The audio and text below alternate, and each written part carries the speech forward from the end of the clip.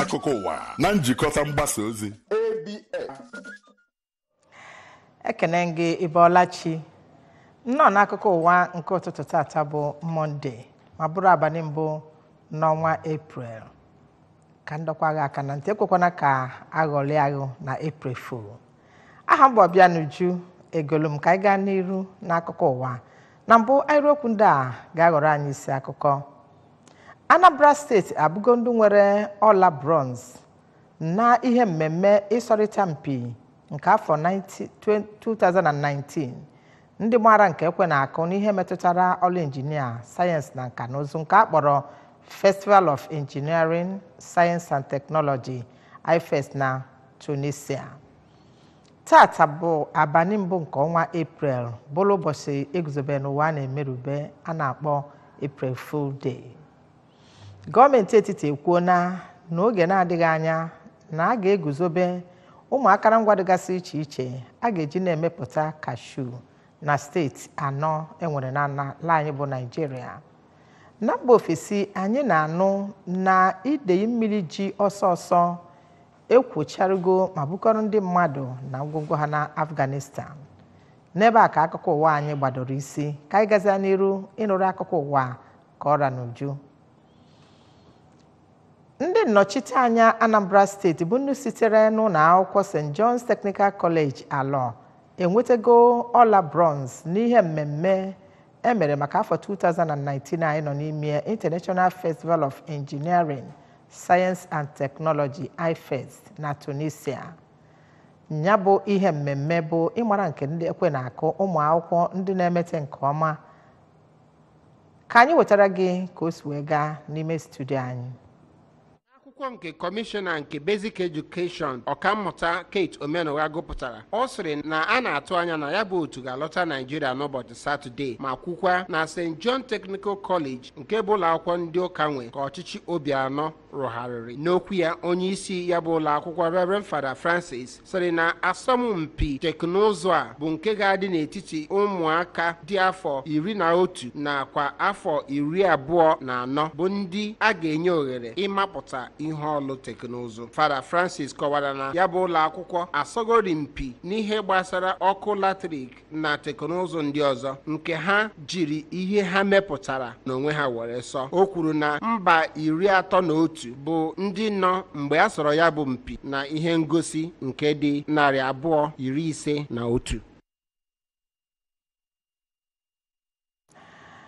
Tata bụ abalị mbụ nke ọnwa April bụkwala ụbọchị ndị mmadụ ji eme ndị mmadụ obi ụtọ n'ụdị ịmụkwa ha okwu maọbụ imeghe ihe ọchị maọbụ ịghọrọ ha aghụghọ nke a bụrụ eziokwu bụ nke a ga-abụ emeche ọ bụrụ eziokwu.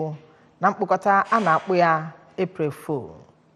Onye ọrụ anyị Chigbata Emmanuel wetara anyị akụkọ nke anyị ga-apụta.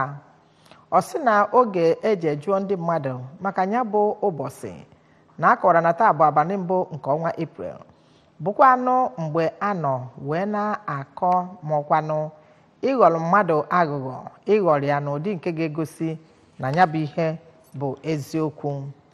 Dịka o si wee mee ka amata na ụfọdụ ndị agwara okwu bụ otu onye ji ego achụ ego n'Ọka, Diamond Emelad, mere ka amata na oge a bụ oge a na-akpa ọchị na-eziga ihe ọchị mana ọ dọrọ aka na ntị ka a ghara ijikwa ya wee mee nke ga-amapụ ndị mmadụ obi. Ọ gwara ụmụafọ Anambra na ndị dịgasị iche iche ka mmadụ ghara ijikwa ihe egwuregwu wee tinye n'ihe metụtara ọya n'ihi na o nwere onye nwere ike igwe okwu ọmapụ ya obi butere ya ajọ ọnọdụ nke nwere ike ibute esemokwu ịnụ ọgụ nakwa imebi ihe.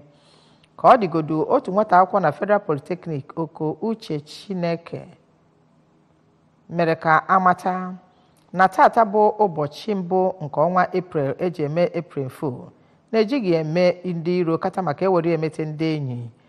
Nọsị n'oge a bụ oge eji akparị ọchị egwuregwu mana ihe niile nwekwara oke. O kwuo ka mmadụ ghara ịgafe ma ịkọ makwa ịkpa mmadụ ọchị nke ga-ebutere ya ajọ ọnọdụ.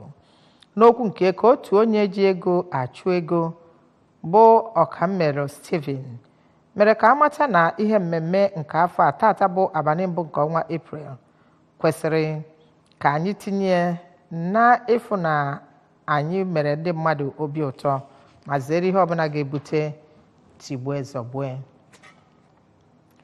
Akara ụka n'ụlọ ụka dịgasị iche iche ụnyaahụ iji wee merube ụbọchị ụka ndị nne, igosi ezigbote ulu nakwa ọrụ dị iche iche ndị nne na-alụ n'ezinụlọ nakwa etiti anyị. Amaka Chibuzo Okoye gara wetara anyị ozi ndị a. N'ụlọ ụka niile nke ejere, ndị nne bụ ndị ahụrụ ka ha yi uwe eji mara ndị nne ma na-arụzikwa ọrụ n'ime ụlọ ụka dịka ịgụ akwụkwọ nsọ, ịbụ ndị na-edu ndị ozi yana ịgba ụkọ ndị ọzọ niile dị n'ime ụlọ ụka.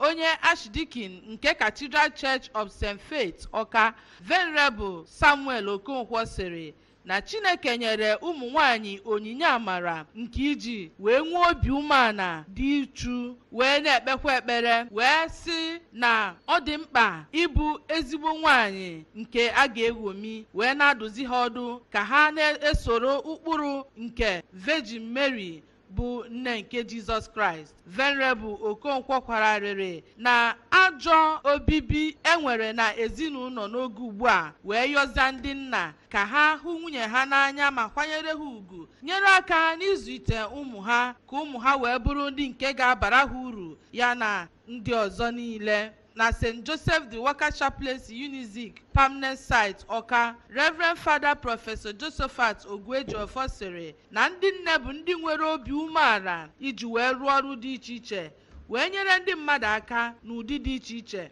wee na-ayọzi ka ha jidesie okwukwe nke Virgin Mary bụ nne Jizọs Kraịst n'ihe ọbụla ha na-eme ka ọ wee na-agara ha siriri werere, mgbe ọ na-agba ụmụ nwanyị ume n'ihe kwesịrị ka ha na-eme dịka ezi nne na ezinụlọ na ụwa gbaa gburugburu. Ka onye Archdeacon na-adazi enu Archdeaconry na ụkọchukwu nke Emmanuel Church adazi enu bụ Venerable Benjamin Ofili lotere ndị nne na ha bụ ndị kwesịrị nṅomi nyere ndị ọgbọ na-etolite, ya mere ka ha na-ebi ezigbo ndụ wee jidesie ezigbo omume ka ụmụaka ahụ wee ṅomie ha ma soro ụkpụrụ ha ka ha wee bụrụ ndị nke ga-aba uru na ndụ a. Mgbe anyị na-eme appreciate ụmụ ọnwụnwa ịkpata AV-13 egbu osu ya na-ata ụmụada a na-aṅụ tii eshiri ịkwaka nne ma ọ nọ ndụ ka eribe. Ekpere pụrụ iche na onyinye na ukwe na ihe ndị ọzọ dị iche iche bụ ihe pụtara ihe na anya bụ ụka. Amaka Chibuzo Okoye, akụkọ ụwa ABS. Daalụ Amaka. Na ịdị njikere ịkwadobe ndị ọrụ ugbo nke ọma maka ịkọ ihe nke afọ a, ndị ọrụ ugbo na Anambra steeti ka egozigoro ụzọ dịgasị iche iche ha ga-eji wee kọọ ugbo nwetakwa ụmụ ihe a chọrọ. Dịka esi wee mee ka amata, nke a pụtara ife n'oge a gara kọwara ha ụzọ dịgasị iche iche ma bukwezi agha ịfụ na emegidere akọpụtaghị ihe nakwa azụpụtaghị ihe. Na nkụzi nakwa nzụpụta nke ndị IFAB VCDP, ha kọwara ụmụ ihe dịgasị iche iche n'oke ọgbakọ nke enwere ịkọwara ndị ọrụ ugbo ihe ha kwesịrị ịmanụ. Onye ọrụ anyị na-eweta ihe metụtara ọrụ ugbo Ebele Eze ga-akọwara gị nke a n'uju. N'isochi afọ ojuju bụ nke enwetazigoro na ndị ntorobịa mmadụ 20 bụ ndị nke enwetazigoro mmụta n'imepụta osisi akpụ na mpaghara gọọmenti ime obodo, ndị nke sonyere na mma ihe mmemme ejibo na-akwagote ọrụ bụ IFAD na VCDP na IITA Ibadan nke dị na Oyo steeti, ya nakwazi ụlọ mmụta National Root Crops Research Institute bụ nke dị na Ụmụdike na Abia steeti, ka steeti abụ Anambra ji wee bụrụ ndị nke sonyere na ndị nke na-emepụta akụmakụ ubi bụ nke enyechapụtagoro na-eme nri ọfụma. N'ike ọpụta ya bụ akụmakụ ubi bụ nke enyechapụtara ọfụma ka onye nke na-akọ osikapa na Inoma na mpaghara kansụl ime obodo Anambra West, Honorable Amos Ogone gara n'ihu egosite afọ ojuju ya na ugbu a na ha enwego nnọọ onye nke na-emepụta ya bụ akụmakụ ubi enyochapụtara ọfụma na-eme nri ọfụma na mpaghara ha tinyekwara ya bụ akụmakụ bụ nke tozuru etozu ga-agbọ ihe egbu na-ata ma ọ bụ na akụnye ya n'ubi gbakwunyere na nke a egbochigo ya bụ ahụhụ bụ nke ha na-ata n'ịga n'isi obodo a wee ga nyochaa ya bụ mkpụrụ akụmakụ bụ nke a na-ezogasị n'ubi nkụzi otu a si akọ right certified seed right and mkpa anyị na-akị ya ụdị tren anyị bịa tata ọ mụtara m ọtụtụ ife n'ime ya.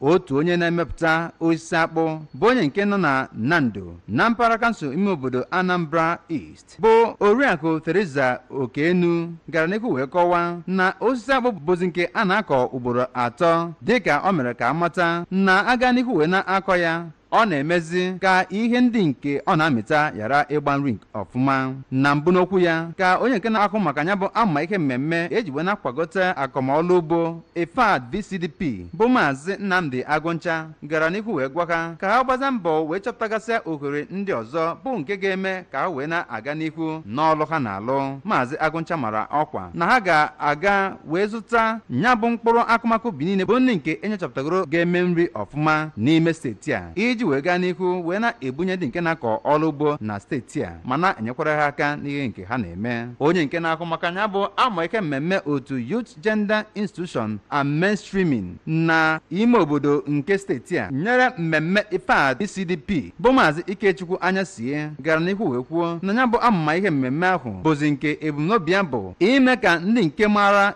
ya bụ ọrụ akụmakụ ubi beneta aka na etu ha si wee na-egweri ọka nakwazi mkpụrụ akụmakụ ubi ndị ọzọ dịgasị iche iche maka na ha gaa n'ihu wee na-egweri ya bụ akụmakụ na ọ ga-ebenata ihe ndị nke ya bụ akụmakụ na-agbọ na nri ma wegotekwuo aka n'ọrịa dị iche iche bụ nke na-esochi akụmakụ ndị nke a na-akụ nakwazi ihe ndị ọzọ. Na nkụzi ya ka onye dị n'isi ngalaba ọmụmụ akọmọlụ ugbo na mahadum Nnamdi Azikiwe ọkammụta Charles Onugo onye nke a nọchitere anya site n'aka Maazị Chuks Obianefo nakwazi otu onye kwuru okwu na ya bụ nkụzi bụ Maazị Ifeanyi Okoye gara n'ihu wee gbazie ndị nke na-akọ ọrụ ugbo ume ka ha gbaa mbọ wee were ya bụ akụmakụ enyechapụtagoro na-agbọ nri ọfụma iji wee kọpụta nnukwu ihe nakwazi ndị nke ga-enye aka n'ihe nke ha na-eme dịka o mere ka amata na gọọmenti naanị ya agaghị ewetanwu ọrụ bụ nke ga-ezu mmadụ niile na ya bụ ọgbọọlụ nya ka o ji wee dị mkpa nyere ha ịga n'ihu wee kewapụta ọrụ ma nọrọkwazie n'onwe ha wee na-achụta ihe afọ ga na-eri.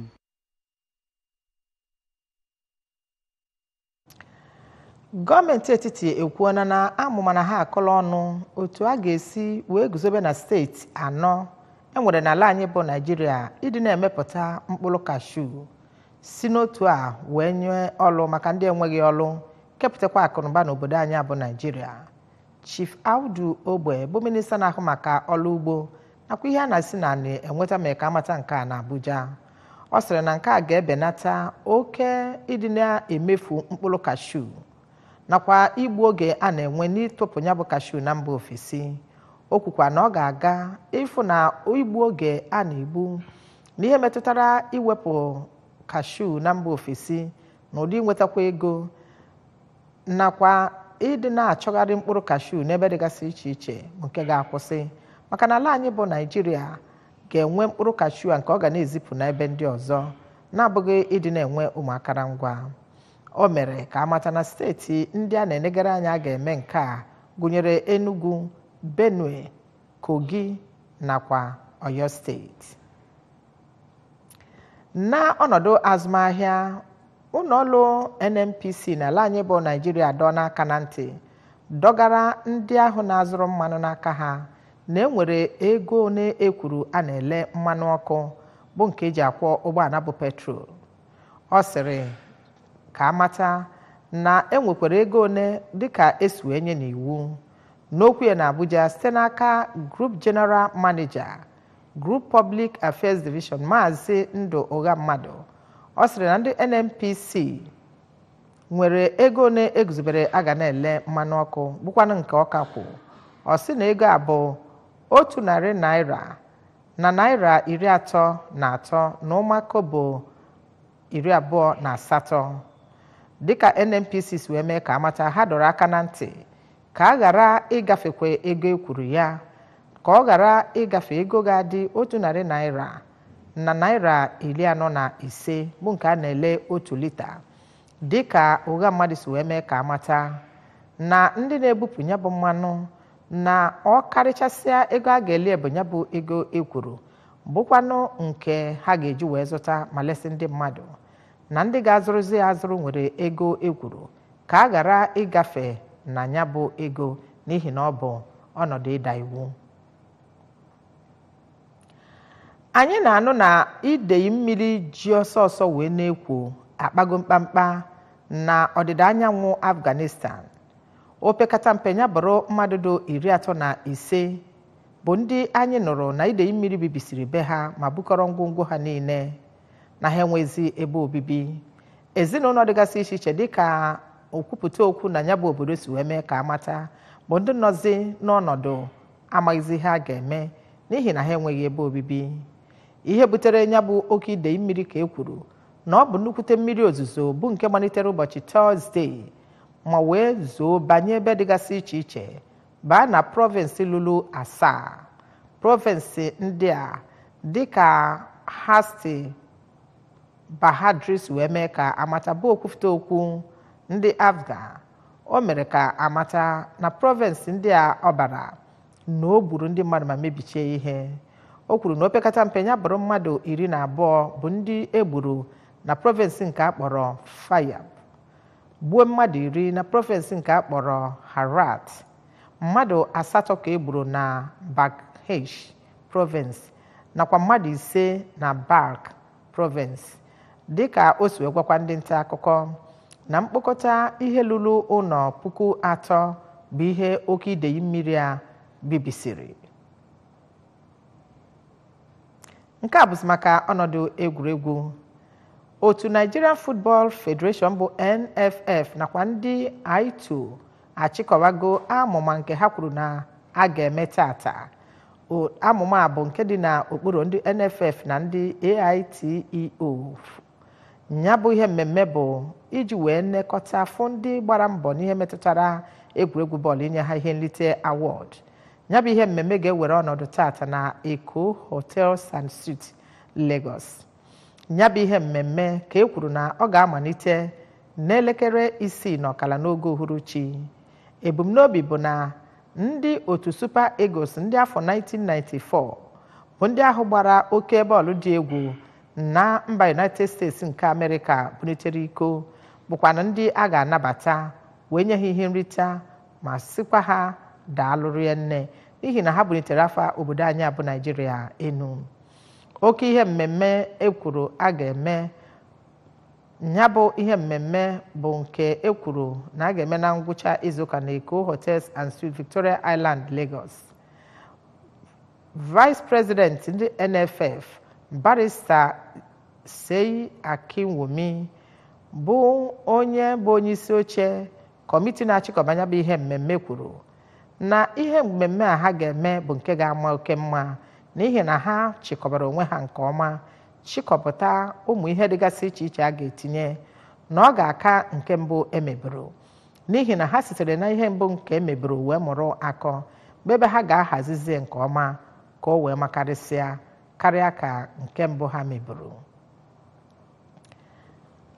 N'iweta akụkọ ụwa n'ụtụtụ a na njedebe gị nwee n'isiokwu ndị ahụ anyị ji mere akụkọ, mana chetakwa na ohere dịrị gị isonye n'ihe mmemme anyị na-emepụta na redio na telivishọn. Naanị ihe ị ga-eme bụ ịba na webụsaịtị anyị www.absradiotv.com. Nwee mmasị n'ebe anyị nọ na Facebook na www.facebook.com/absradiotelevision.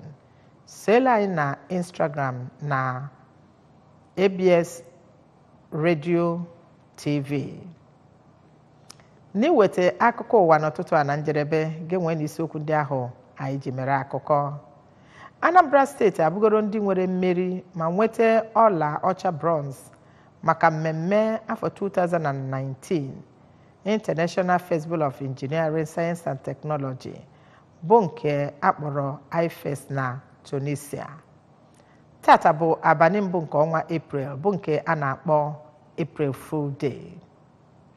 gọọmenti etiti ekwugo na ha agba mbọ iguzobe na steeti 4 enwere n'ala anyị bụ Naịjirịa ebe a ga na-emepụta mkpụrụ kashu ma chịkọọ onye ọnụ n'ịtụpụ na mba ofesi. Na mba ofesi anyị na-anụ na oke idei mmiri ji ọsọ ọsọ ekwugo bibisie ụlọ ma gbuo ndị mmadụ na Afghanistan. N'ebe a ka akụkọ ụwa n'ụtụtụ a bịara na njedebe. N'aha ndị niile m na ha nọ ebe a, aha m bụ Obianuju Egolum na-asị gị lutekwa na tata bụ April Fool. Mmadụ kpagha ọchị, mmadụ gwa gị ihe chee nye eche ka ịma na ọ ga-abụ eziokwu. Ka emesịa.